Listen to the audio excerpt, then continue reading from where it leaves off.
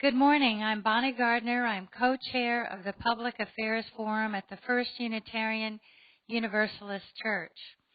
Our forums are free and open to the public, so please consider coming. We're at 4700 Grover Avenue. You can find out more about our forums at our website, www.austinuu.org. Today, I am honored to introduce Alan Pogue, who will be speaking on Hard Times for Workers in Northern Mexico, a photojournalistic view. I want to tell you a little bit about Alan. He was drafted into the Army in 1966. His mother gave him a Kodak Instamatic camera so he could send pictures back from Vietnam, and he took off from there.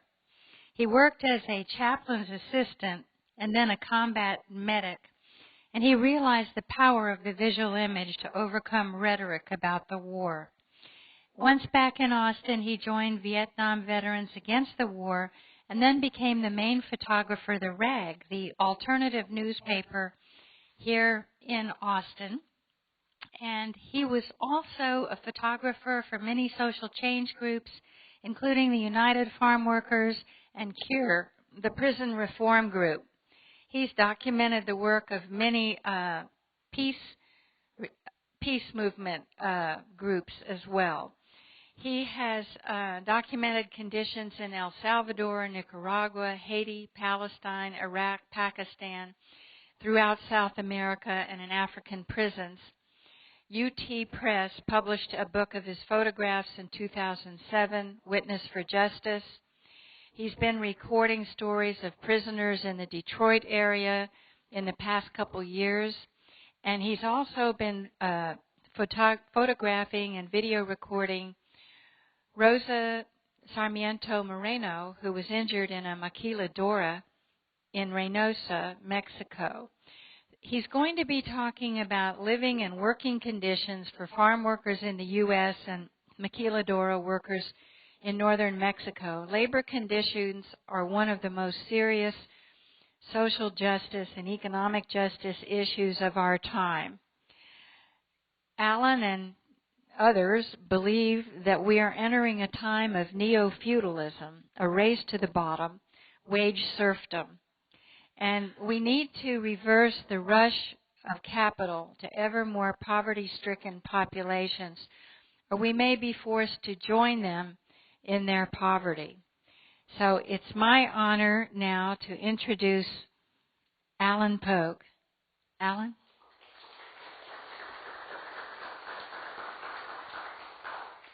Well, thanks, Bonnie, and I'm happy to be here. I've spoken at the Unitarian Church before and had exhibitions here. Perhaps I have a whole show I've produced on Rosa and the maquiladoras, and I have a few of the photographs propped up around here. So all of the work that I've done in all these other subjects is reflected in the work I'm doing with Rosa. And Rosa Sarmiento Moreno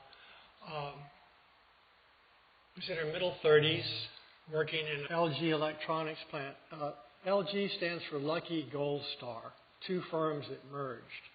And they used the phrase living good, but Lucky was one firm and Gold Star was another. They're a multi-billion-dollar worldwide operation.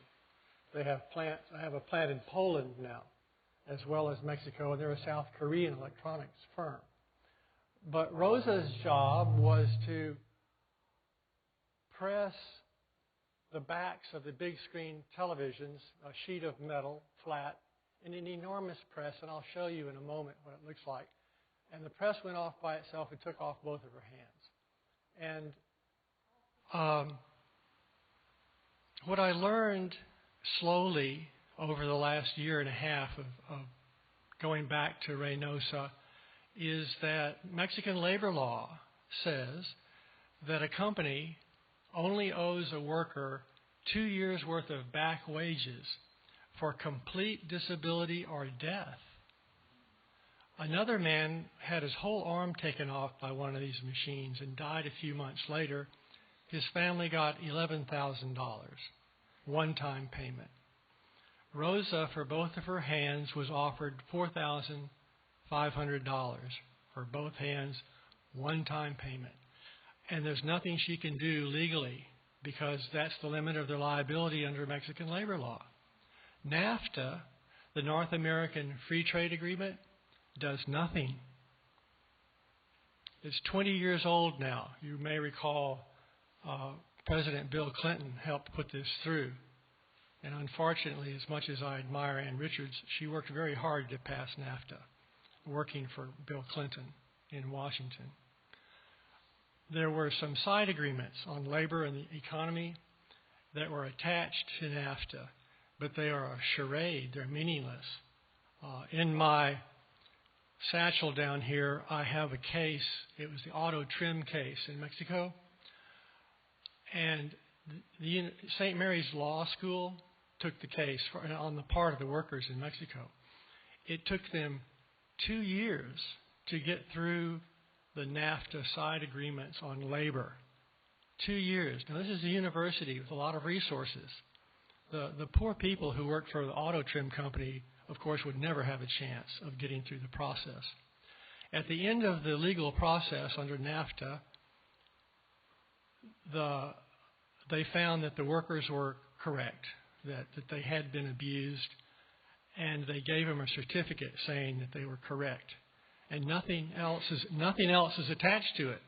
It doesn't force the company to pay them a dime. In other words, they went through this whole labyrinth and got nowhere. 2 years. So it's worthless. NAFTA is worthless for workers. But of course, that was what it was meant to be. Just as Mexican labor law is meant to deny workers any compensation for injury and death. So, where is it now? I contacted a law firm here in town, Scott Hindler, and he's familiar with international torts, suing people internationally. And he sued LG USA, and where it is right now, LG USA did not file a response in federal court in Laredo. It just didn't do anything. So Scott Hindler's firm, himself and the firm, have submitted a motion for judgment by default. I mean, if you or I don't show up in court and answer to a charge, well, we automatically lose and we have to pay a fine or go to jail. So the question is one that I can't answer. How does it work in federal courts in these cases? LG is incorporated in the United States, in Texas, and in Delaware. And, of course, they're a big international firm. So what this really means, though, is that all of these workers, there are about 80,000 workers just in the near to us, in Reynosa, Rio Bravo, Matamoros. And then there's Laredo and a lot of maquiladoras in Juarez. But there are other maquiladoras in the interior of Mexico. They're not just on the border. I was at the Rothko Chapel not long ago. They had a month-long series on these very issues. And they brought a woman from Puebla, which is right outside of Mexico City, and she was the featured person. They actually gave her a $20,000 check to help with the work that she was doing in Puebla. One of her cohorts in her organization was attacked in the office, tied to a chair and beaten to death by those who do not want labor organized in Mexico. And so she and her friends had to go into hiding for some time. And so it was fortunate that she was brought to the United States by the Rothko Chapel to go on a speaking tour in the United States about these very issues. But that brings me back to, how did I get into this anyway? How do I know about Rosa at all? I mean, she's not in the news. No one would hear about her. Well, it's because of this sweet man, Ed Kruger. Ed Kruger was a Protestant minister. He worked in South America. He came back to live in the valley in the 70s, I believe. He was working with the American Friends Service Committee, like I say, the social action arm of the Quakers. And he realized that the workers needed to know what their own rights were under Mexican labor law. They just didn't know. So let's see if I can fish around for some photographs. I tried to make something like a PowerPoint, but I'm so bad, I wasn't able to do it. So he gets the workers together in these workshops. And here's one from when I first photographed him in Rio Bravo. With his flip chart, he's writing down the anecdotes, sort of complaints, things that happen in the plants. And then what he would do is that he would relate those incidents to Mexican labor law. And Paulina Hernandez here has a copy. He'd have a great big paper box full of this volume of Mexican federal labor law. And it's like the Bible, chapter and verse. He'd say, well, this is what you do. Here's how you organize. Here's who you talk to. This is how you get your overtime pay. This is how you can organize to get better ventilation so you're not breathing these horrible fumes, whatever the issue is. And he's had some success. He even got a several $1 million judgment from Mallory Battery for injuries to workers who are inhaling toxic fumes. Now, Paulina here has been working with him for over 20 years. She's what they call a promotora. She promotes labor law. And he now has a network of about a dozen women who go around and teach. And I've seen him do this many a time. You're in the backyard of someone's house, and there's Paulina with her volume of Mexican labor law, sort of informally talking about how things have been going. And oh yes, I love portraits, So here's their child, and then the different faces of these women is so different. What a strong person. Oh, I think, yes. And these are all promotoras. These women all teach labor law to other women. And they took me to Rio Bravo, where some people who lived in the municipal dump had moved out of the municipal dump and were now building homes on a landfill that had been a municipal dump. And I bring this up to show the maquiladora workers, where do they come from? Well, many of them come from very rural areas and poor farms, and they can't make a living. And this is a worldwide problem. I saw it all over South America and Haiti in particular. The economies are sabotaged. It's not just they didn't get enough rain or something. The economies are sabotaged by international firms that dump commodities on the markets. When I was in Haiti, they'd dump rice from Arkansas on Haiti, and then the rice farmers in Haiti couldn't make any money. They wind up in the slums of Port-au-Prince. It was the same with Mexico. And that's one thing that, if people could be clear on, yes, of course, people come from Mexico and other places to the United States seeking a better economic situation. But who sabotaged their economy to begin with? Who made it impossible for them to make a living in their own home country?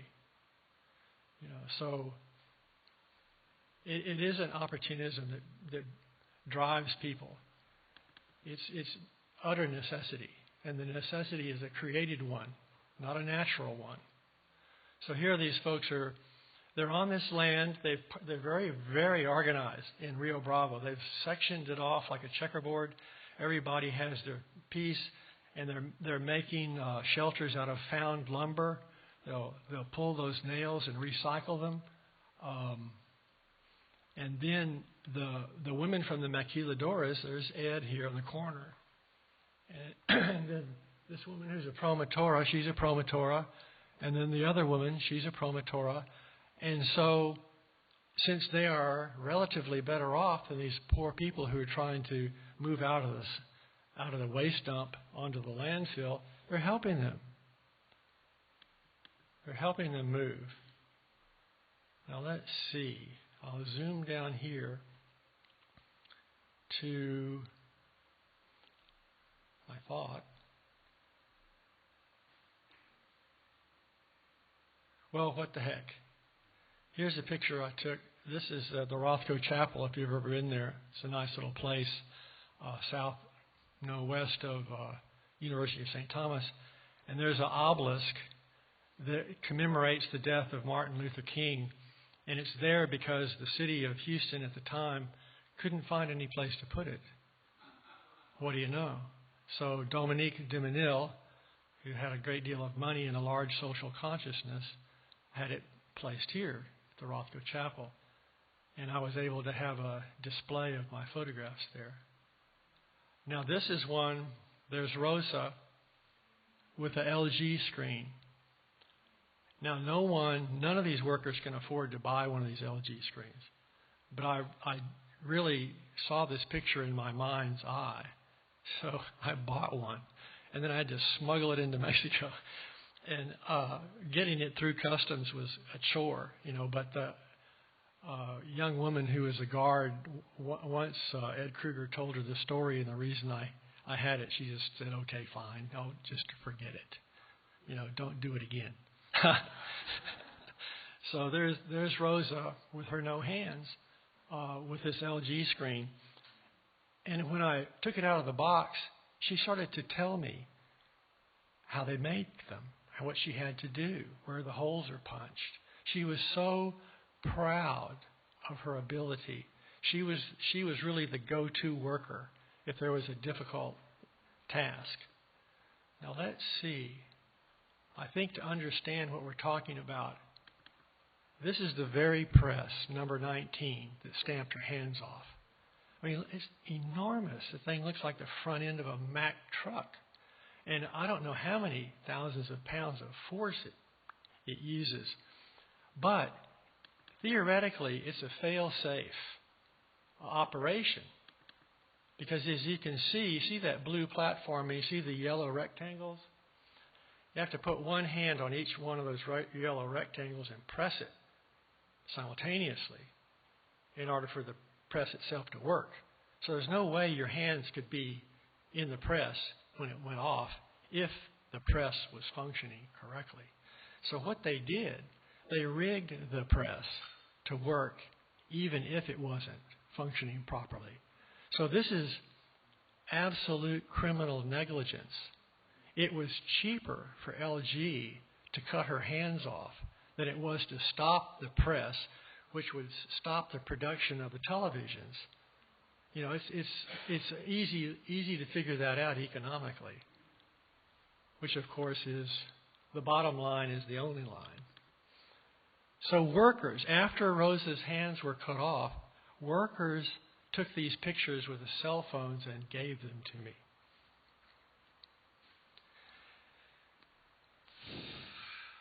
Because they're not going to let me in there to take these pictures. They're not that stupid.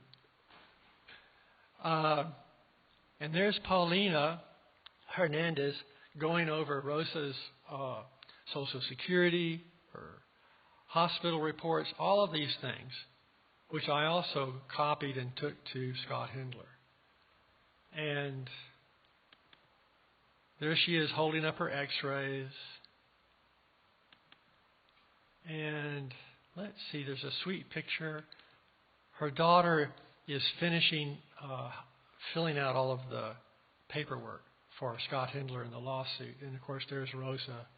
I'm just imagining what was going through her mind, like, does this thing have a snowball's chance in hell? I sure hope so. But I'll jump around some more. There's Paulina. And when they have these meetings, there's a whole list of contamination by solvents, all kinds of problems. And then, as I said, they'll relate those problems to the solution.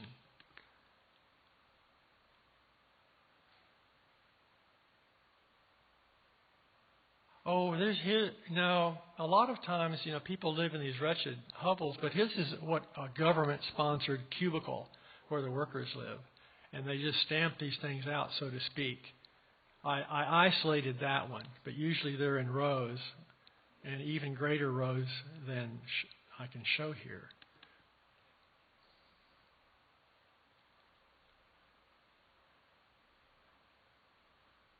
Oh, and going back in the past, I was in Tijuana, and I just happened to be at the Colegio del Frontera Norte, and there's Henry Cisneros in the foreground, bending over. He was the mayor of San Antonio.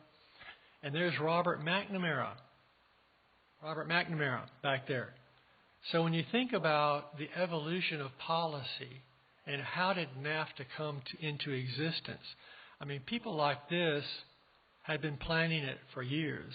How are we going to create this trade organization, and how is it going to be extremely business friendly so that money can cross borders and people cannot? That's the whole idea. Oh, and the LG plant, it used to be a Zenith plant. LG bought Zenith. Zenith no longer exists. And they took Zenith off of this, I guess it's a water tower, I don't know. But it's all LG. And not only is it LG, but it's a whole group. I'll see if I can find it. Oh, yes, here we go. It's a group of companies. And what LG does is that they have these totally owned subsidiaries.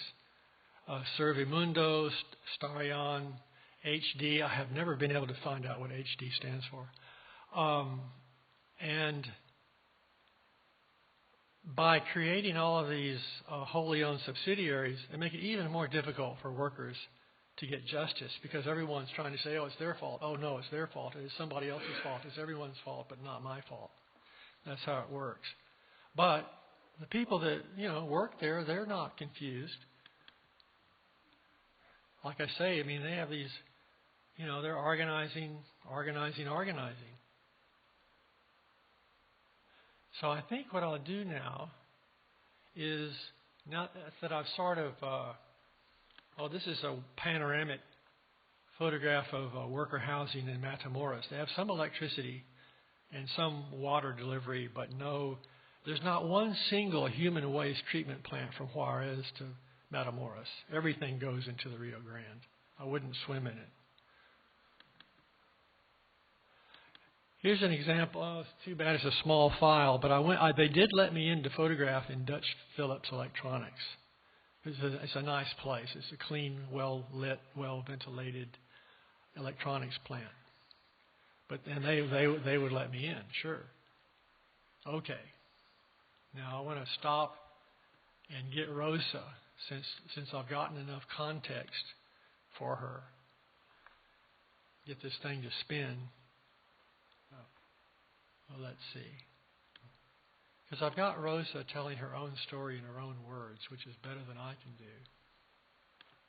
So Rosa really understands. When I was speaking to her, she says, I'm not the only one. There are a lot of stories out here of things that have happened to other people. And she says, these terrible things happen, and when it's all said and done, the only thing that remains is the injustice. That's what she said. And so in seeking justice for Rosa, really she stands for 1 million maquiladora workers. It's just that her case, her hands are cut off. It isn't like all the cases of inhalation poisoning or repetitive motion or, all kinds of other injuries. So here we go. See if I hit the right thing. Just make it work. Okay, well, I was working in my area, like I usually do, and the group leader was pressuring us. I was working on a machine that I don't usually use. So she came over and said to me, I want you to move over to machine 19. I want you to work faster over there because the material needs to be produced urgently. There was a new guy there, and he didn't work very quickly. So then I moved over and stayed working on that machine. I moved over around 11 p.m., and by 2:30 in the morning, the accident had occurred. I was working, putting the pieces into the machine as usual. Like I explained to you, I have to put my hands inside the machine to put the piece in place. So I had my hands inside the machine, and I was just situating the metal piece over the screws, because you have to push it so that it clicks into place. So my hands were in front of me inside of the machine, and it got me more on one hand and less on the other. But I had my hands in front of me inside the machine when the machine fell on top of them. So they moved us because they needed more of that product. That's the way it works. The person who works the fastest is moved to wherever the material most urgently must be produced. It was a different type of work. It was a different television model. The piece I was working on was a flat surface, like a tablet, sort of like a tabletop. And the machine takes that smooth piece, and then when it's pressed and you pull it out, it has edges and holes cut into it. So there's lots of different models. The machines all do different things, and so every different machine makes a different television model. Other machines are easier to work on. The one that I normally am on is easy, and this one was very difficult because you had to put the piece in perfectly centered, because if it wasn't well over the screws, then it wouldn't assemble correctly. So no one liked to work on that machine because everyone thought it was too difficult. So they would always put me there. Whenever that model needed to be assembled, they would always put me on that station. Other workers didn't like it. They asked another coworker to go there, and she refused. The machine was really difficult to work with. We had assembled that model many times, and so I had practice on that machine. But the problem is that you don't have a regular spot. They rotate you. They want you to learn everything. There are only a few machines, about 10 of them, but they want you to learn every single model. So you get compensated the same no matter what you do. Work more, work less, assist, everyone gets paid the same. And so no one likes to work on that machine. They don't like being there. But I felt like I had to be there because the leader came, move over to that machine. And I didn't want to leave my regular station, but I'm working, and that's what I'm there for. It's part of my job, so I moved. So after the accident, they stopped the assembly line on the female side. It's divided so that there's a line of all women, and so the men continued working.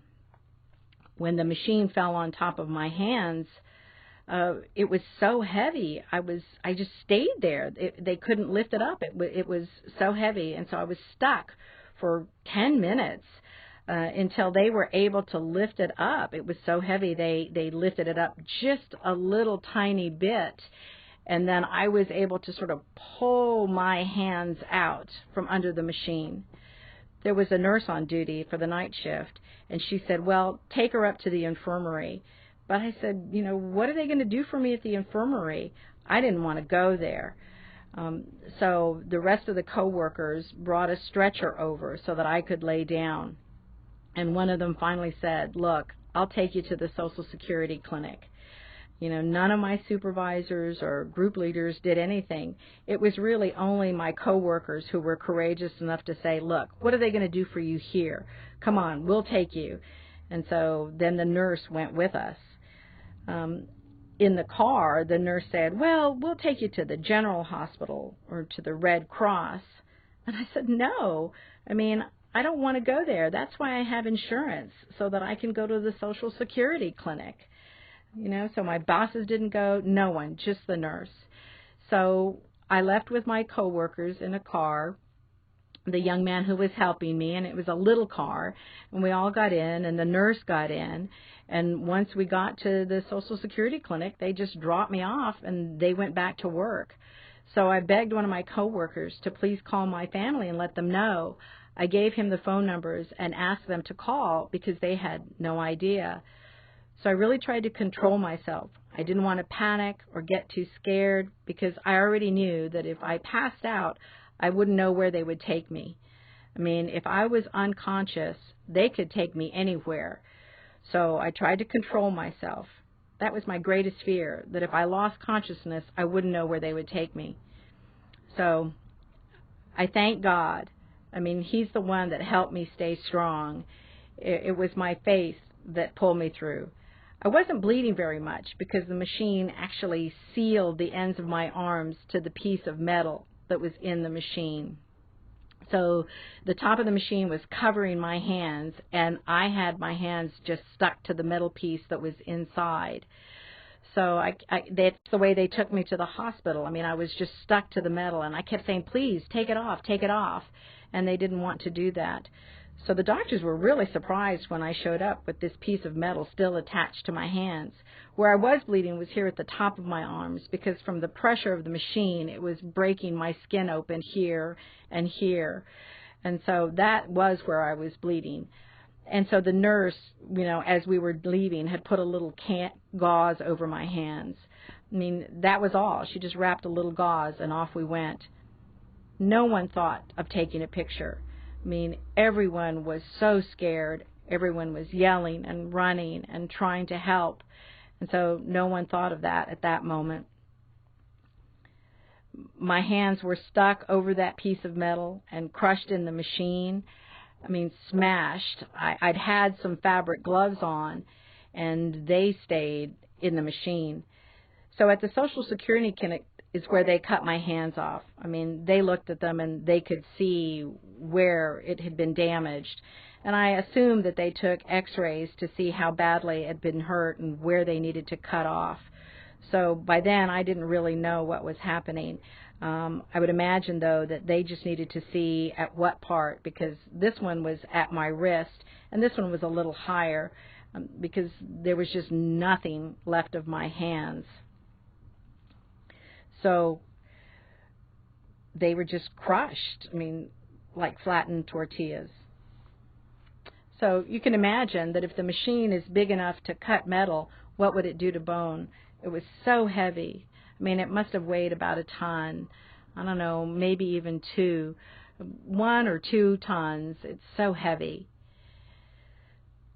So I arrived at the hospital on Sunday at dawn and stayed there Monday, Tuesday, and then Wednesday around 1, I went home. So first, I'd like to thank you guys for coming all the way over here to worry about my problem. And secondly, I hope you're going to be able to do something so that the factory will stop these accidents, because I know I'm not the first. A lot of accidents have occurred, and the injustice is the only thing that remains. And I'm just one more. And for them, to them, nothing happens. The truth is, they need to do something about this, about the ongoing accidents. I'm sure you can imagine how sad the situation is. For me, I can only ask that if someone of compassion is out there who can help me get prosthesis that actually move, that would help me a great deal, because I can't do very much on my own. I can do 1 or 2 small things, but really, the way I am now, I can't do anything. I can't even take a shower. Personally, I can't do anything. I can't do anything for myself. Sure. So, if anyone has a question. Okay, we have Russell Eskew. Reminds me, I had a minimum wage job in Dallas, reaching into a furnace and pulling out plastic bowls. Fortunately, they designed the machine so that the machine would only close when you pressed some buttons up over your head. Yes. And that's the way all of these machines, I know I've been in printing plants. You can imagine when they have to cut a huge sheaf of paper with these enormous guillotines, and it's always the 2-button situation. So all of these problems she's talking about exist in the United States, of course. I work with the AFL-CIO, and they're always talking about how the companies are trying to limit their liability. Any other questions? Raise your hands. Okay. Would you say your name? Leona Hakala.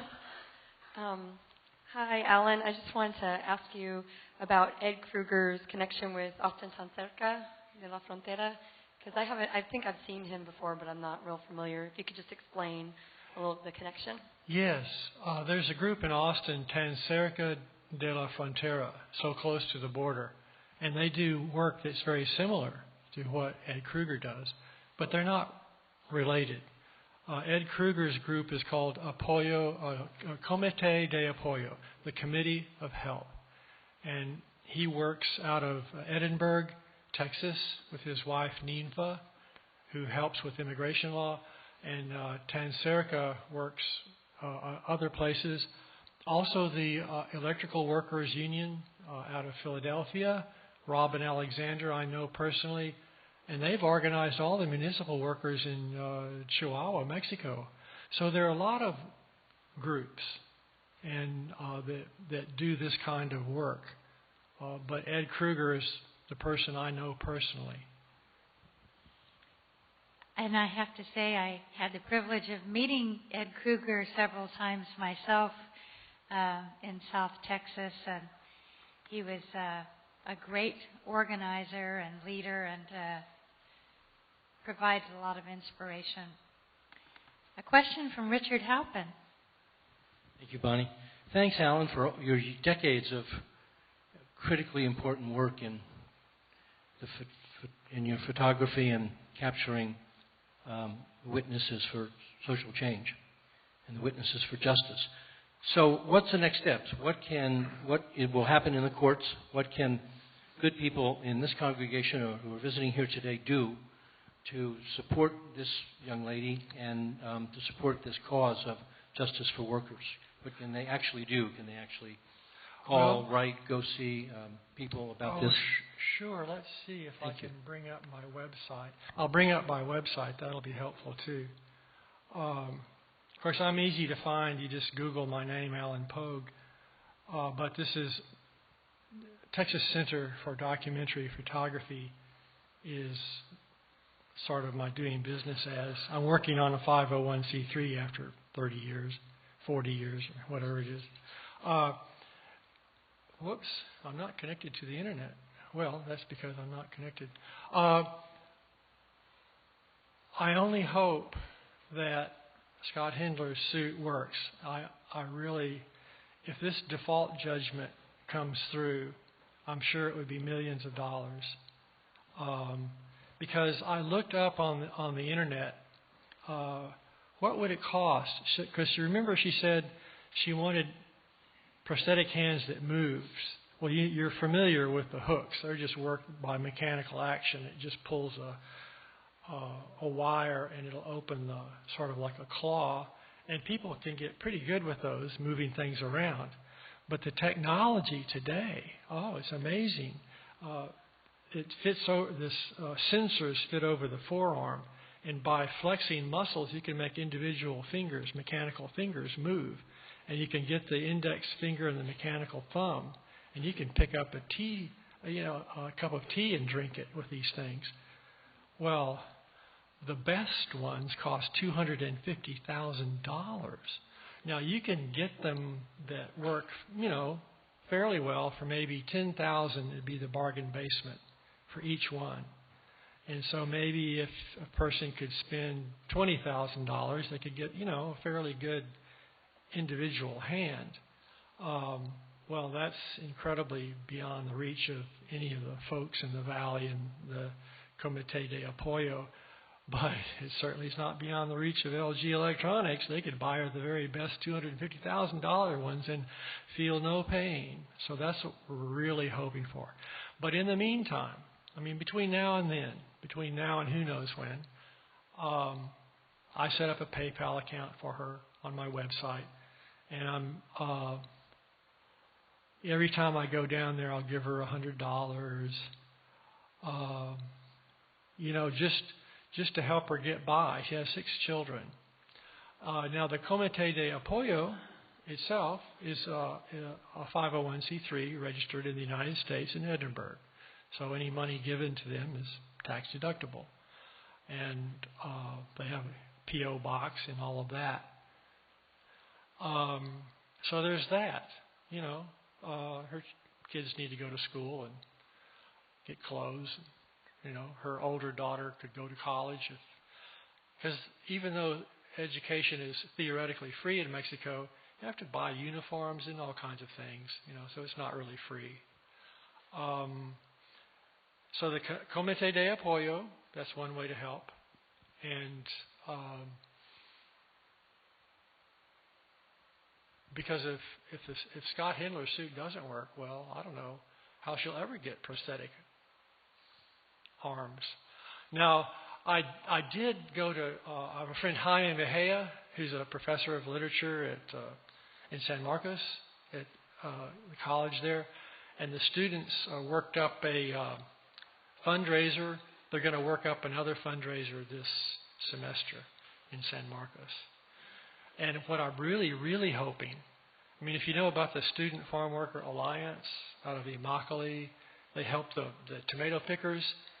It took them 3 years, but they got McDonald's and Wendy's and all those people to make the tomato fields in Florida.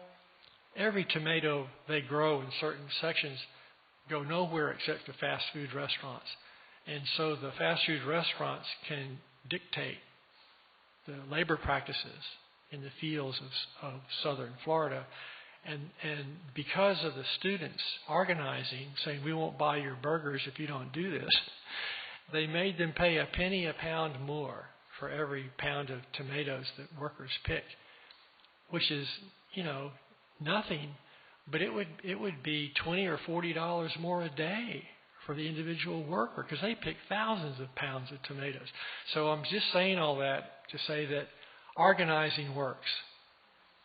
Sure can work. And those high school and college students that did this and marched on Burger King's headquarters in Miami and put the squeeze on them, and they did this thing. Well, the squeeze could be put on LG. Every television set and cell phone that they make in Reynosa is sold right here in the United States at Fry's and Best Buy and all these places. And so that would be the next move. If nothing's going to happen with the legal action, organizing. And it's a teaching opportunity, organizing. And I would rather a million people put in $1 than one person put in $1 million, because of what people are going to learn. Because it's so irritating to me for them to talk about Apple in China. Well, you don't have to go to China. You go a few hundred miles south and it's even worse than anything they talked about happening in China, right here on the border with Mexico. So that'll be it. Of course, giving Rosa a little bit of money right now is important. And failing the lawsuit, boycott. Organizing a boycott. So that's the sort of the strategy I see. We have a question from Douglas Bauer. Thank you for your comments in your presentation. You made a comment at one point that money can cross borders and people cannot. And I see that as one of the roots of this problem. Can you think of any ways that could change in such that just the opposite, that people could cross borders and money would stay put? Well, I don't know enough. Just yesterday I was in Houston with the AFL-CIO. They did a wonderful thing. They organized giving books away to children at a huge soccer tournament in South Houston. And they must have given away 1,000 hardbacks, really nice books to kids to get them to read. But right next to it, they had a table on immigration reform and having people pick up literature and sign petitions about immigration reform. But I personally don't know enough about the legislation, but we certainly need it.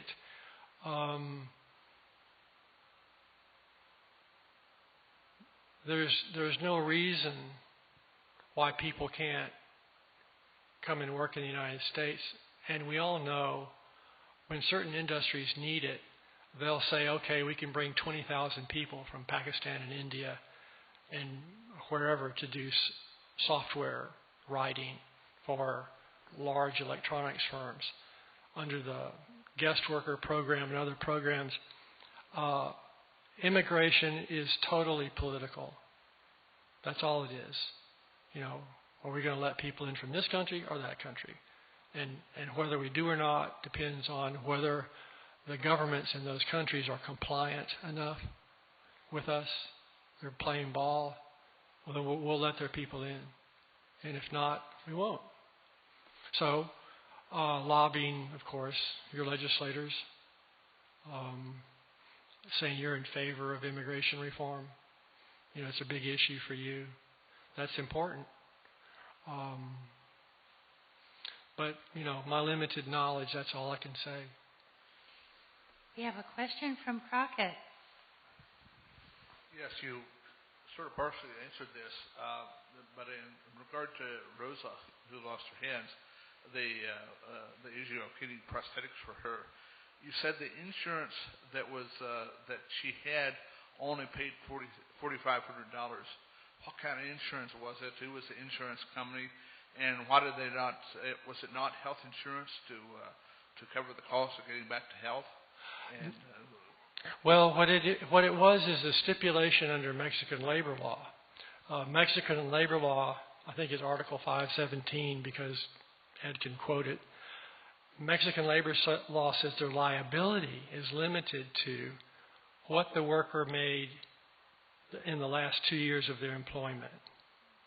So it's not even health insurance. Since she was making $1 an hour, 2 years, $4,500 was the limit of their liability under Mexican labor law.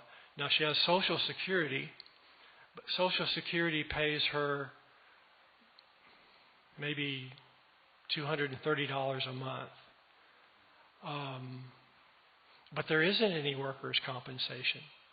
There just isn't. There isn't any health insurance. There's nothing. It's pretty bleak. This brings up the question of what responsibilities international corporations should have to their workers wherever they're operating. An international labor issue. Yes, and I'm sure many people are aware of the huge garment factory that collapsed, and I forget if it was India or Bangladesh.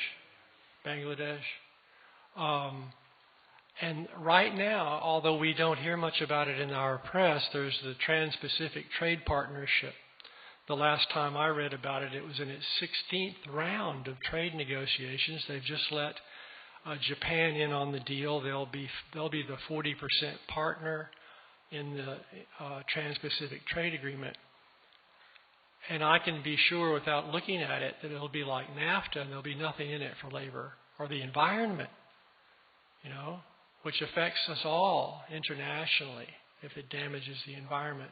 And of course it affects us if you wanted to be in a self-interested way. I mean, the capital, American capital and other countries' investment capital, go to the lowest wage countries because you'll have the highest profit margin. It's simple math. And so that money doesn't stay here, and it doesn't keep jobs here, it doesn't help people here. It's kind of the difference between a state bank and a national bank, or the fact that parts of your mortgage are owned by French or Dutch or German banks. You know, it's also internationally spread out. So the money isn't in University Federal. The money could be in Deutsche Bank or who knows who or where. We have a question from Jim Bryce. I'm interested in your statement earlier, or at least Bonnie's discussion of it, of the neo-feudalism, because I fully agree with that. I've come to the conclusion that these allegations of fascism are certainly wrong, that we're talking about a neo-feudalism that is resulting because the nation-state strength is being significantly diminished, and we're back to the feudal lords, if you will, that are represented by these concentrations of capital. And it's affecting labor. We see it here where when a lot of us went to school, it was free. Now it's a few $100,000 of debt that you have to pay, and therefore you can't be a student activist. You are now have to pay off that debt. We have a situation where the environment of the 60s, which caused so much positive social change, has been substantially reduced because of this concentration, because of this feudalism. And since you chronicled all of that for 50 years, tell us how you see that fitting together and how we might make it work. Well, I think you put your finger right on it. If a student has to pay 8% on the student loan, whereas the national banks only have to pay 1% or even less on the capital they borrow from the federal government, why don't the students pay the same amount of interest as the national banks pay? I remember reading a Jim Hightower column on that. Yes, I remember you used to be able to live in a house west of campus at the University of Texas when I first came here. The infamous, as Frank Irwin, the chairman of the board, called them pallet pads. Well, I had friends on Longview, 22nd, different. You might have 3 or 4 or 6 or a dozen people living in a fine old house, and you could divide the rent, and you could do it. But of course, now it's all been condoized, and you can't do it. It'd be hard to find a place west of campus. So what that did also, well, think about it. The Methodist Student Center, gone. University Y is gone. All the places where people could collect and organize around the university are gone, except for maybe the Catholic Student Center. And so now we have this wonderful place on 5400 Manor, Workers' Defense and all those groups that are there. But it's a long walk from the University of campus to 5400 Manor. And so it just makes, since the real estate lobby seems to run things, it forces everyone out into the margins. You're marginalized. So it just makes organizing more difficult. And if you're on the treadmill, then finding the time to do the organizing is more difficult.